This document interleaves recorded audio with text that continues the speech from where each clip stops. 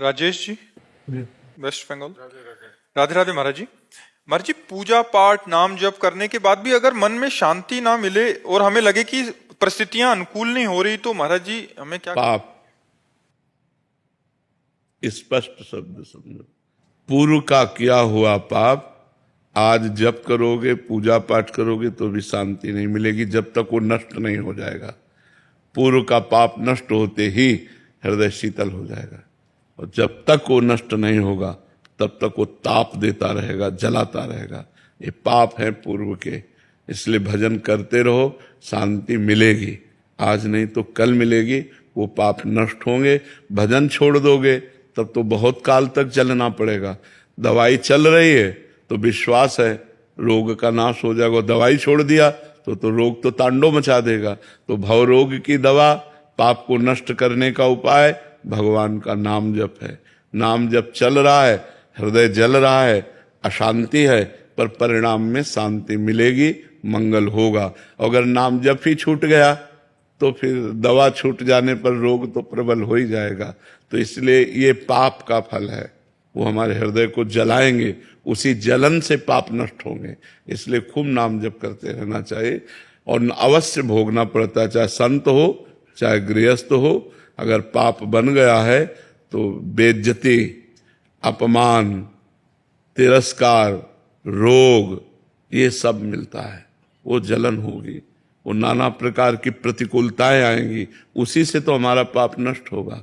दुख में पाप नष्ट होता है ना, जब हम अशांत होते हैं, दुखी होते हैं, तो पाप का दंड जो हमें भोगने को मिल रहा है वो हो जाता है।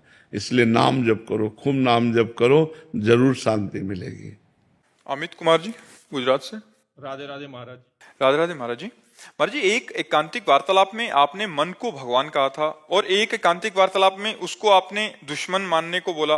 तो महाराज जी, इस बात में महाराज जी अंदर का जो स्वरूप है वही मन है, जिसको हम जैसा बनाना चाहें वैसा बन जाता है, यानी कि मन, आत्मा, सूक्ष्म शरीर ये सब एक ही हैं? वैसे तो एक के सिवा दूसरा कुछ है ही नहीं, पर जब विस्तार हो जाता है तो उसी को अलग अलग वर्णन करते हैं।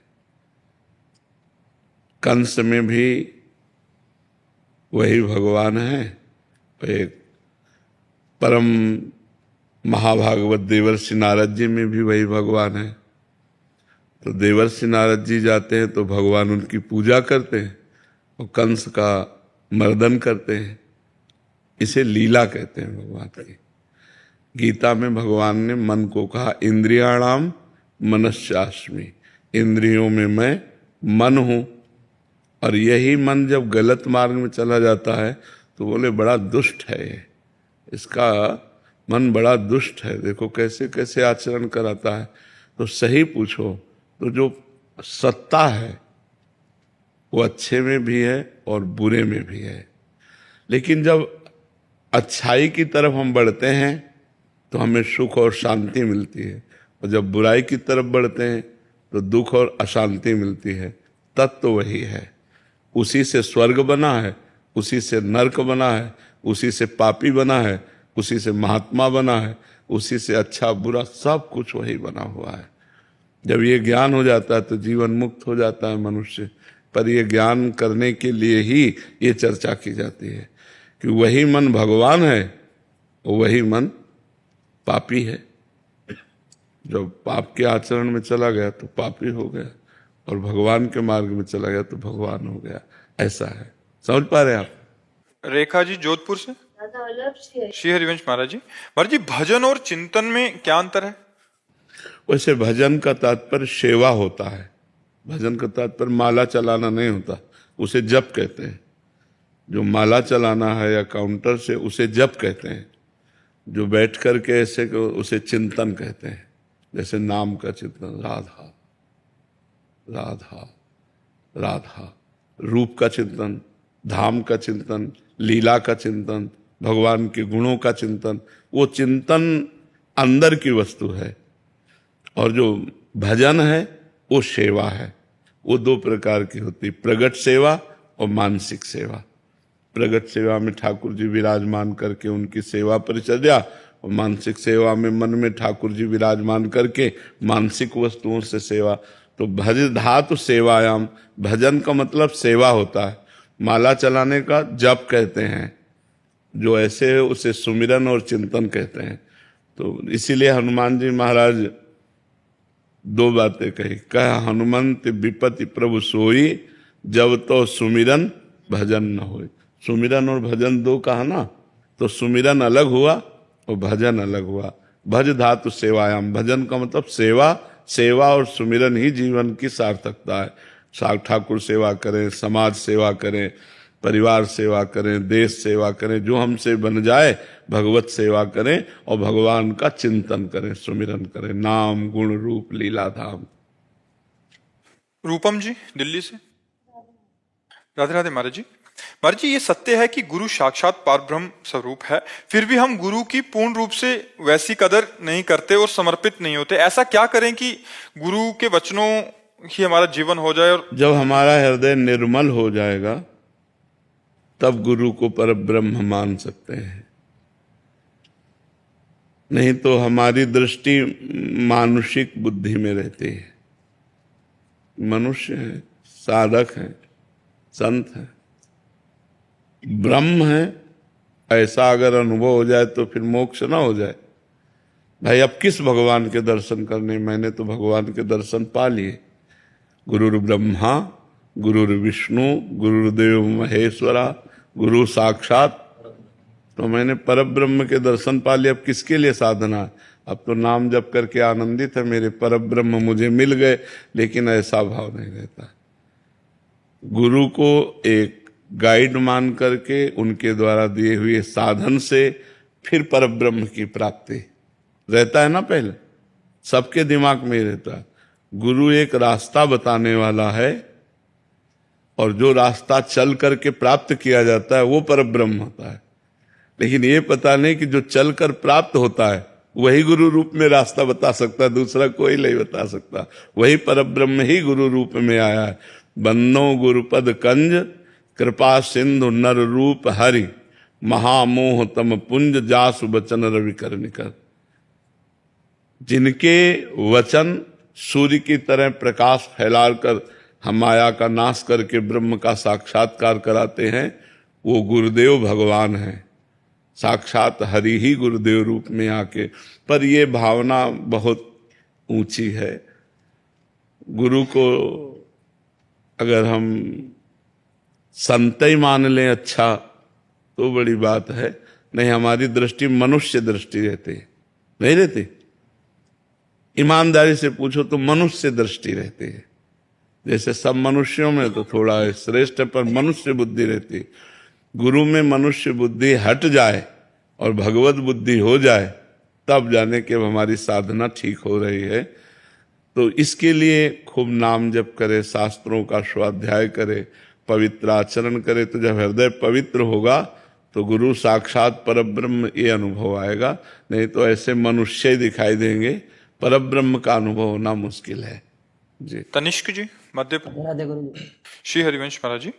गुरु जी, मेरा प्रश्न है कि क्या संसार में जहां भी हमें सुख या दुख दिखाई देता है, क्या ये केवल हमारे मन की उपस्थित संस्कारों के कारण ही दिखाई दे रहा है? क्या वास्तव में संसार में या कोई अस्तित्व नहीं है, संसार का अस्तित्व ही नहीं है? हाँ, नहीं, संसार का अस्तित्व ही नहीं है। जैसे स्वप्न का कोई अस्तित्व होता है क्या? पर ये कब पता चला? जगने पर। सोने वाले पुरुष को थोड़ी समझ में आएगा कि मैं स्वप्न देख रहा हूं। उसको तो यथावत सत्य लगेगा। जो जगा हुआ पुरुष है उसे लगेगा स्वप्न झूठा है। तो देखो भगवान शंकर कह रहे हैं, उमा कहूं मैं अनुभव अपना, सत हरि भजन जगत सब सपना कहा के लेगा। तो अभी हम स्वप्न देख रहे हैं। जब जगे हुए पुरुष होंगे तो सर्वम खलमिदम ब्रह्म, सब जगह परमात्मा का दर्शन होगा। अभी हमें स्त्री पुरुष जड़ चैतन्य पापी पुण्यात्मा का दर्शन होता है, तो अभी हम स्वप्न देख रहे हैं। हमें ज्ञान में जगना होगा। अभी हम सो रहे हैं, अपने को स्त्री पुरुष मान रहे हैं, जबकि हम परमात्मा स्वरूप हैं, परमात्मा के अंश स्वरूप हैं। तो हमें भजन करना चाहिए, अच्छे आचरण करने चाहिए, नशा गंदा आहार इसका त्याग करना चाहिए, तो हम जग जाएंगे। अभी हम अज्ञान की नींद में सो रहे, और ये संसार रूपी स्वप्न देख रहे हैं, थोड़ा जगे तब हमें समझ में आएगा। और गुरुजी जब इंद्रिया किसी भोग को देखती है तो स्टार्टिंग में तो मतलब अच्छा करता है, और जैसे भजन के माध्यम से ऐसा ज्ञान हुआ तो सिहा जब मतलब वो मतलब एक तरीके से अंदर मतलब वो मसल नहीं देता, अंदर इतनी मतलब व्यथा वैदा करता है और फिर मतलब इच्छा ही खत्म हो जाती है। फिर ऐसा फिर उसके बाद हाई क्वालिटी का उससे अच्छा कोई आएगा वो, तो फिर उसमें फिर यही प्रक्रिया दोहराए फिर ऐसे ऐसे जब भजन बढ़ाते चले जाओगे तो सब भोगों से वैराग्य हो जाएगा। खूब भजन बढ़ाओ, भजन से ही होगा। ये न प्रवचन सुनने से होगा, न प्रवचन करने से होगा। डट के भजन करे सो ही वैराग्य होगा। खूब भजन करे तो भोगों से रति हट जाएगी। महाराज जी मानसिक में भी वही स्थिति रहती है। उपांशु तक तो ठीक चलता है, मानसिक में भी एक दो टाइम के बाद इसीलिए जब तक मन पवित्र न हो तब तक उपांशु में ही जप करना चाहिए। जी नाम जी है जपि जागे जोगी। नाम जी माने जिभ्या से, तो उपांशु जिभ्या।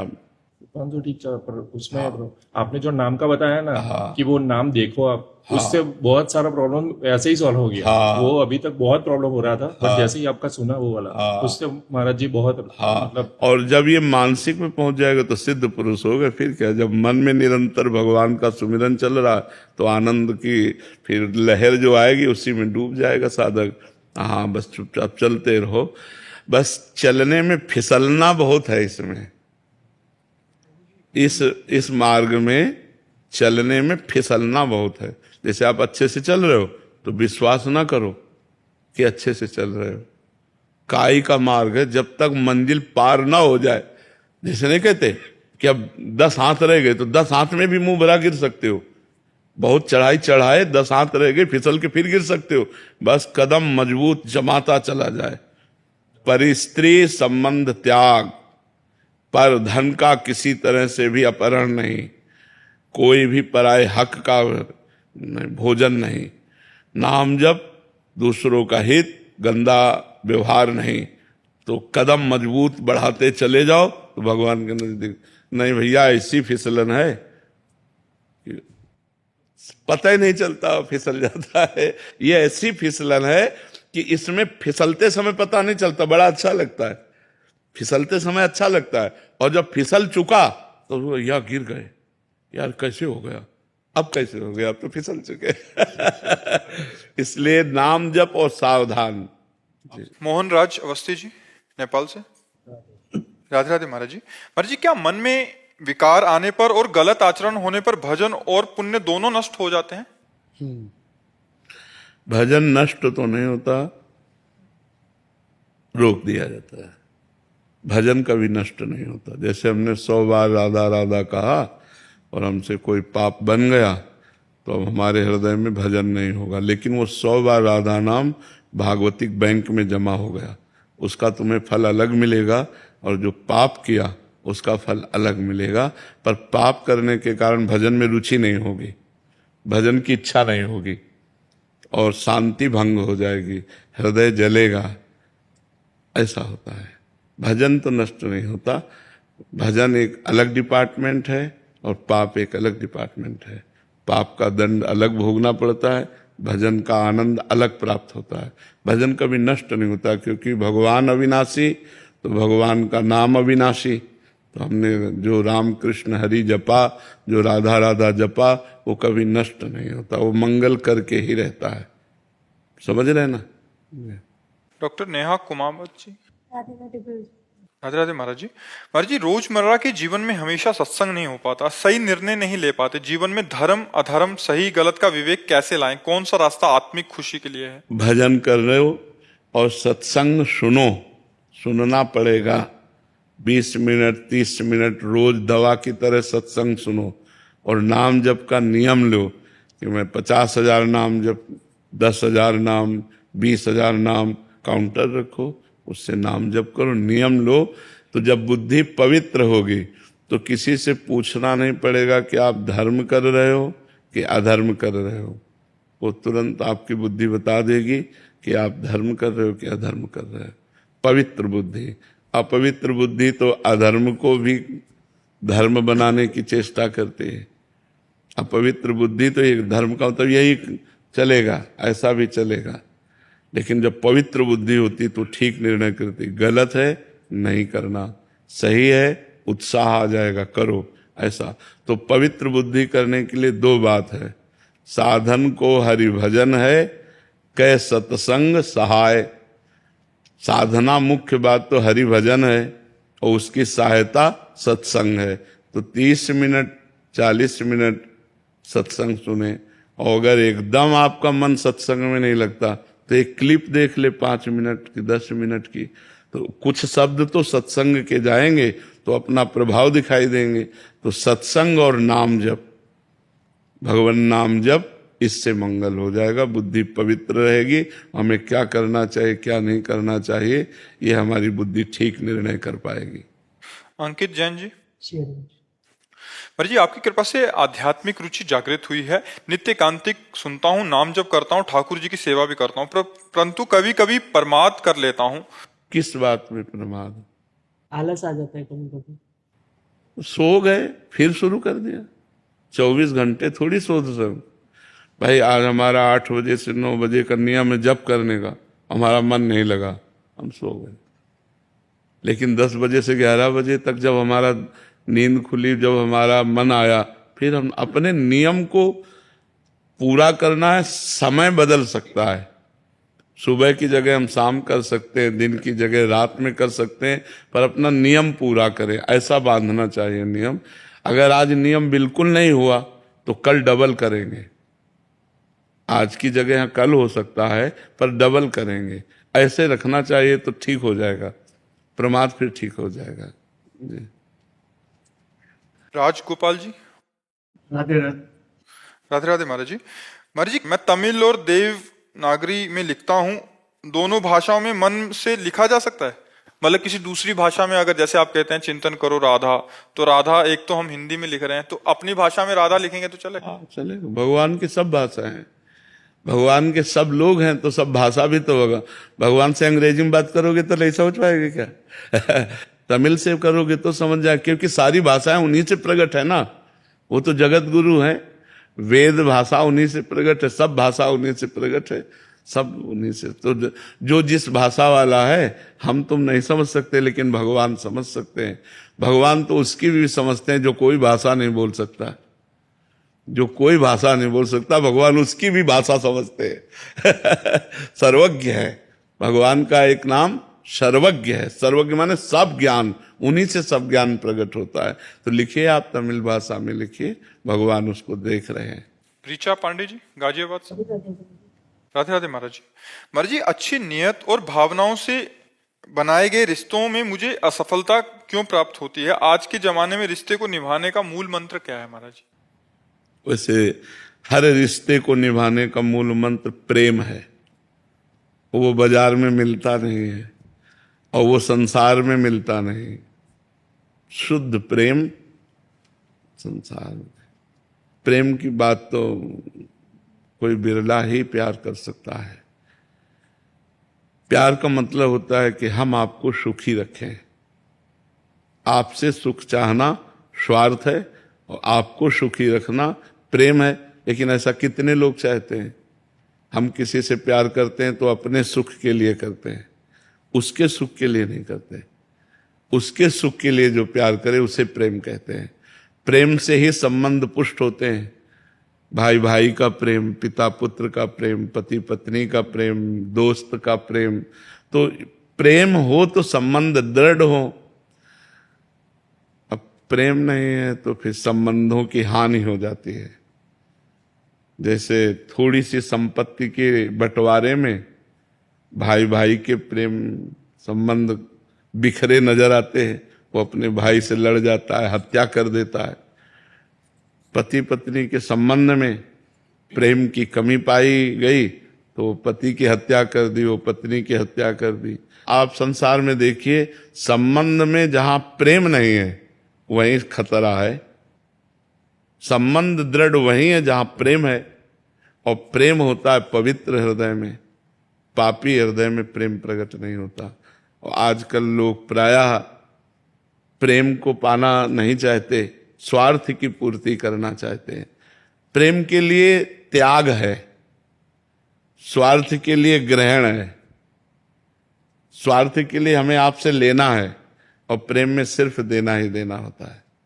वचन से, मन से, तन से हम ऐसी चेष्टा करें कि हम जिससे प्यार करते हैं वो सुखी रहे, वो प्रसन्न रहे। ऐसे कितने लोग चाहते हैं, कितने लोग हैं। तो ये बात, प्रेम ही संबंध को दृढ़ करता है। हजारों कोस दूर हो, लेकिन प्रेम है तो नजदीकी का अनुभव होता है। और बिल्कुल समीप बैठा हो और प्रेम नहीं है तो नजदीकी का अनुभव नहीं होता। क्यों? प्रेम दूर देश में बैठे हुए से भी एक हृदय में हिलोर उठती है, एक आनंद आता है। और प्रेम न हो, नजदीक बैठा हो तो भी कोई मतलब नहीं होता। तो संबंध की दृढ़ता प्रेम से है, और वो होती है भगवान के आश्रय से। जो हमारा हृदय पवित्र होगा तो हम समाज को भी प्रेम करेंगे, संबंधों को भी हम प्रेम निर्वाह के द्वारा ही पुष्ट करेंगे। अब प्रेम शब्द तो बड़ा मुश्किल है, प्रेम शब्द जो है ये बड़ा अलौकिक है, इसको प्राप्त करना बड़ा कठिन। स्वार्थ, मोह, राग, काम ये हो सकता है, प्रेम तो बहुत कठिन बात है। तरुण बंसल जी दिल्ली से। राधे राधे। राधे राधे महाराज जी। महाराज जी आपके चरणों में कोटि कोटि प्रणाम। महाराज जी मेरा मन अब न जाने किस खोज में लगा रहता है। मन अब सांसारिक चीजों में नहीं लगता, मन कुछ और पाना चाहता है, लेकिन समझ नहीं आता वो क्या है। सबका मन तीन बातें अंदर से मांग होती है। सुख जिसमें दुख की मिलावट न हो, शांति किंचन मात्र अशांति न हो, और मृत्यु इसका दुख न हो। अविनाशी, अखंड सुख, अखंड शांति, ये मांग होती है कि नहीं? क्यों? हम जो भी कष्ट करते हैं सुख के लिए करते हैं, शांति के लिए, आनंद के लिए करते हैं, और बच जाएं, मरे ना। तीन बातें रहती हैं अंदर की, नहीं रहती। सुख, शांति और मृत्यु से बच जाएं, ये केवल परमात्मा से हो सकता है और कहीं से नहीं। तो जब हम संसार के भोग भी भोगते हैं, संसार की सामग्री भी पास होती है, सब कुछ जो उचित होना चाहिए वो भगवान ने दिया, लेकिन फिर भी मन जो चाह रहा है वो नहीं मिला, वो है भगवान, वो है अखंड सुख, वो है निर्भय पद, वो केवल भगवान से मिलेगा। इसको शांति, आनंद, निर्भयता ये संसार नहीं दे सकता। और भोग लो जितना देखना हो, और जहां लगता हो खोज कर लो, अधूरा ही रहेगा, पूरा नहीं हो सकता। पूरा तभी होगा जब पूर्ण परमात्मा की शरण ले लेगा और उसका नाम जप करते हुए उसके आश्रित होकर रहोगे। और इन शरीर के जितनी भोग विलासिता है ये सब बंद हो जाएगी।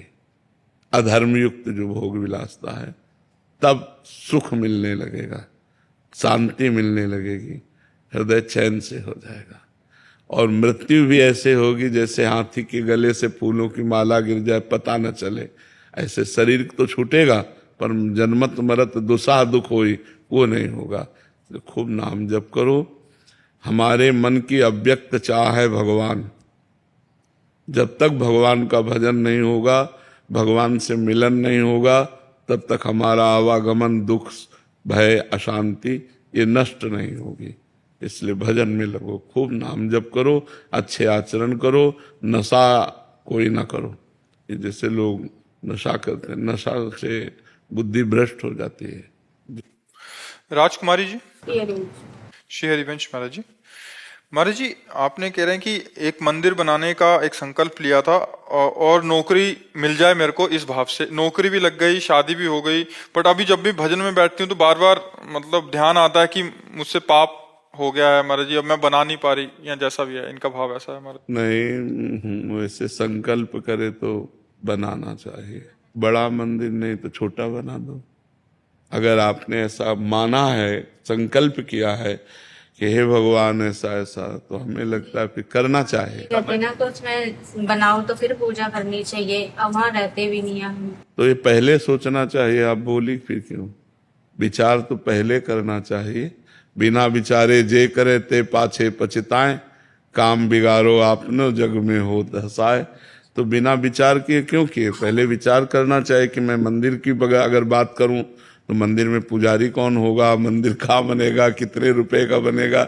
अगर ऐसे थोड़ी कि ठाकुर जी मैं आपके नाम का मंदिर बनवा दूंगी, अब मेरी नौकरी लग जाए, अब नौकरी लग गई ऐसे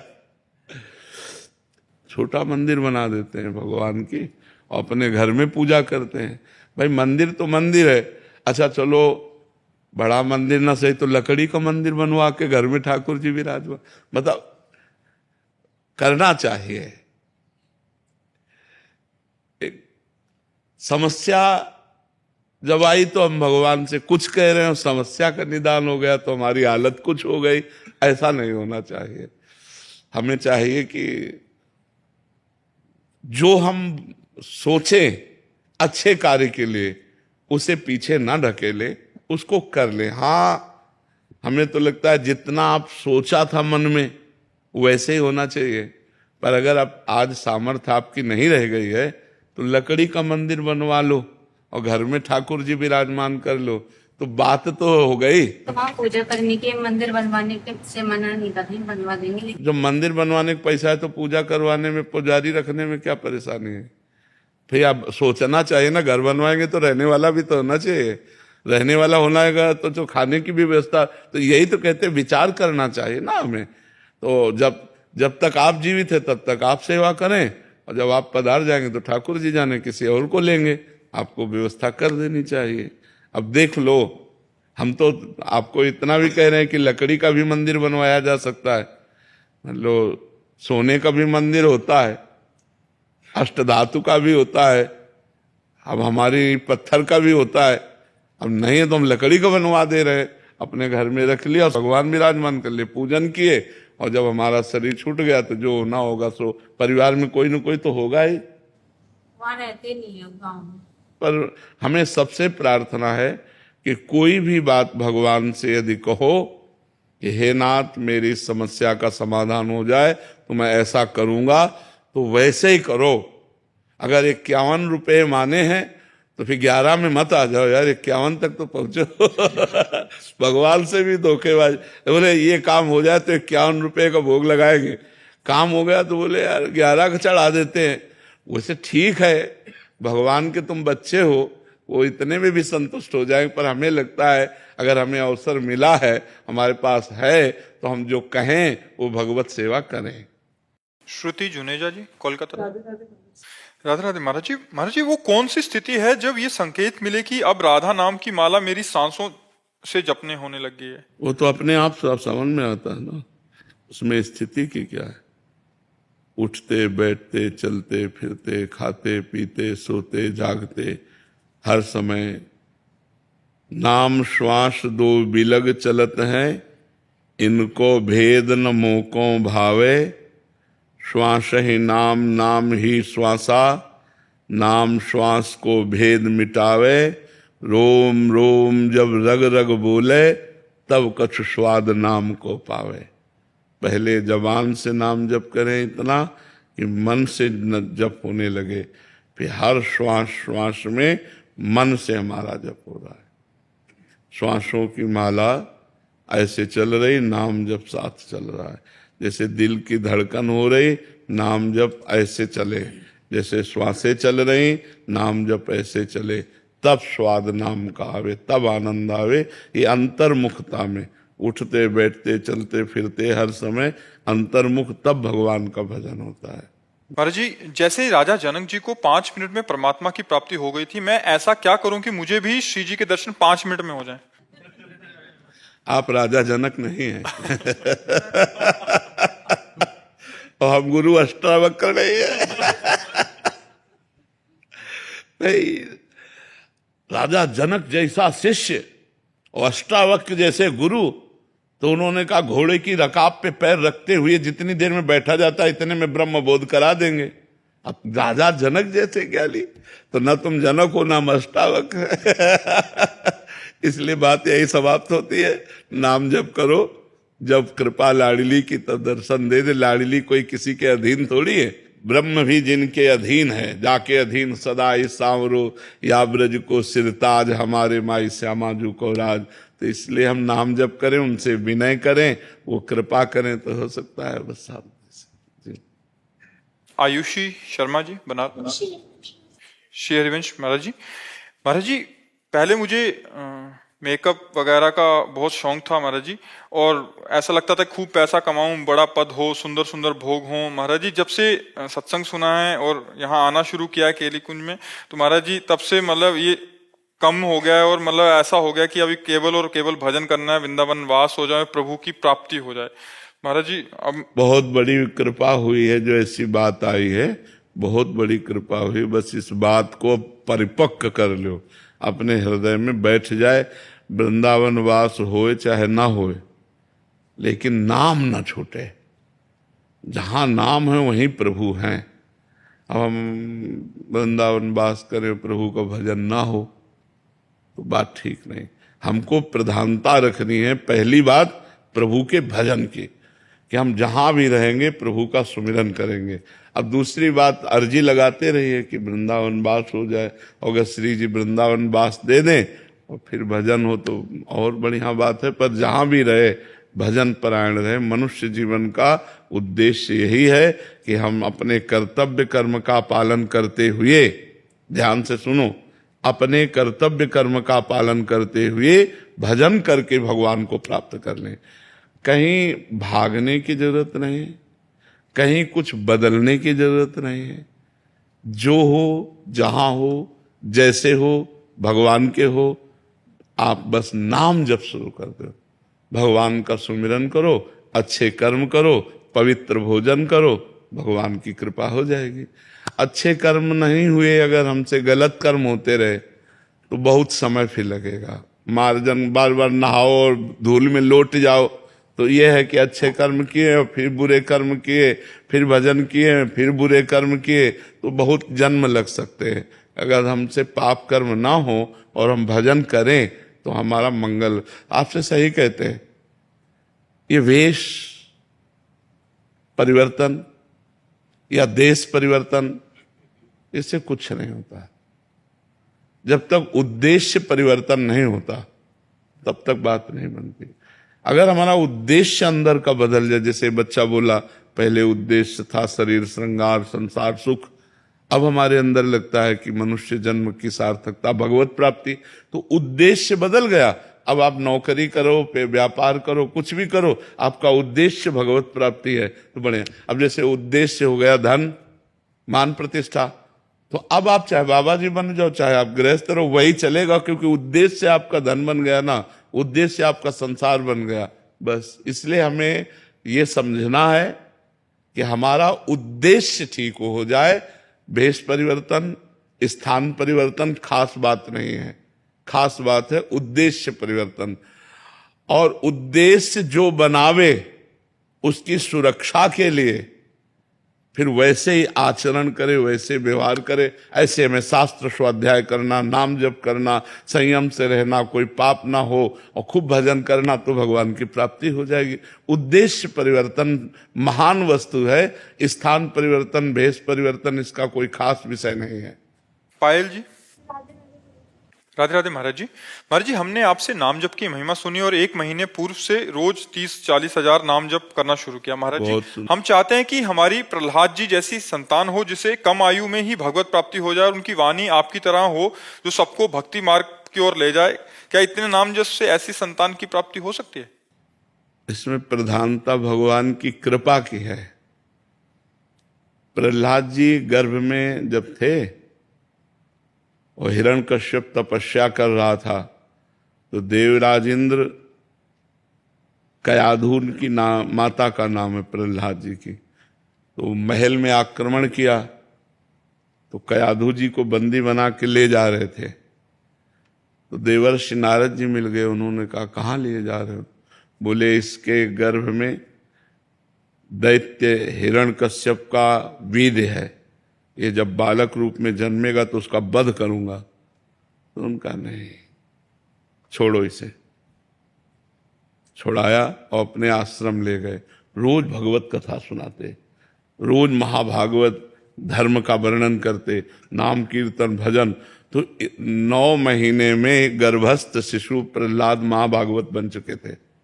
वो महाभागवत, अब इतने बड़े महापुरुष का सानिध्य मिला देवर्षि नारद का, तो इतने बड़े महान भक्त थे कि 5 वर्ष में जो देवर्षि नारद जी के द्वारा दिए हुए उपदेश से भक्तराज पदवी को प्राप्त थे 5 वर्ष के प्रहलाद जी, और त्रिभुवनपति हिरण्यकश्यप इतना भारी विरोध, पाई भरना तो डरे और न बाल बांका हुआ, बस हरि के बल पर सब विघ्नों को पार कर गए। तो संत संग, नाम जप और शास्त्र स्वाध्याय, पवित्र आहार, पवित्र वातावरण, तो गर्भस्थ शिशु पर इसका प्रभाव पड़ता है।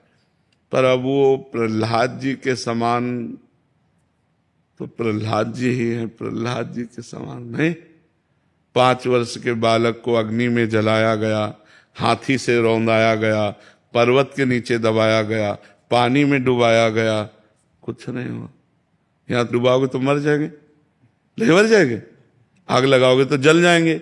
प्रहलाद जी को अग्नि ने भी कहीं बाल नहीं झुलसे, कहीं प्रहलाद जी जैसे तो सिर्फ प्रहलाद जी है, दूसरा तो हाँ भक्त संतान हो ऐसी आकांक्षा करो, लेकिन प्रहलाद जी जैसी तो प्रहलाद जी हैं। जैसे भगवान ऐसे भगवान के भक्त प्रहलाद जी जैसे तो प्रहलाद जी, जिनके लिए भगवान ने ऐसा रूप धारण किया जो न कभी पहले सुना गया, नरसिंह रूप भगवान ने धारण किया। इसलिए हम ये चाहें कि भगवान का भक्त, देशभक्त पुत्र पैदा हो, आकांक्षा करे, पर हम पहले से बता देते प्रहलाद जी जैसे सिर्फ प्रहलाद जी, क्योंकि वैसी 5 वर्ष का बालक और इतनी महान निष्ठा, त्रिभुवनपति हिरण्यकश्यप से विरोध कर लिया। दैत्यराज कहकर बात करते थे, पिताश्री कह के नहीं बात की जब से भगवान का विरोध किया, कुछ नहीं। कितनी बड़ी हिम्मत, मतलब 5 वर्ष के बालक में कितना सामर्थ्य होती है। तो इसलिए प्रहलाद जी जैसे तो सिर्फ प्रहलाद जी। हम भगवान से चाहें कि हमारे कोई ऐसी संतान हो जो भक्ति करने वाली हो, तो भगवान का भजन करने वाली है। और जी ऐसे महापुरुष होते हैं, मीरा भाई जी हो गए, नामदेव जी हो गया, महाराज जी इनके पूर्व का पूरा भजन होता है या मतलब इनका जन्म कैसे? नहीं, पूर्व का भजन होता है। कई जन्म तक जब उनकी साधना भजन होती है तो अब इस जन्म में सिद्ध महापुरुष के रूप में प्रकट हुए। जैसे तुकाराम जी के लिए साक्षात विमान आया, भगवान का साक्षात विमान आया और सदेह विमान पर बैठकर भगवान के धाम में, ये सब महाभागवत जन है, महाभागवत।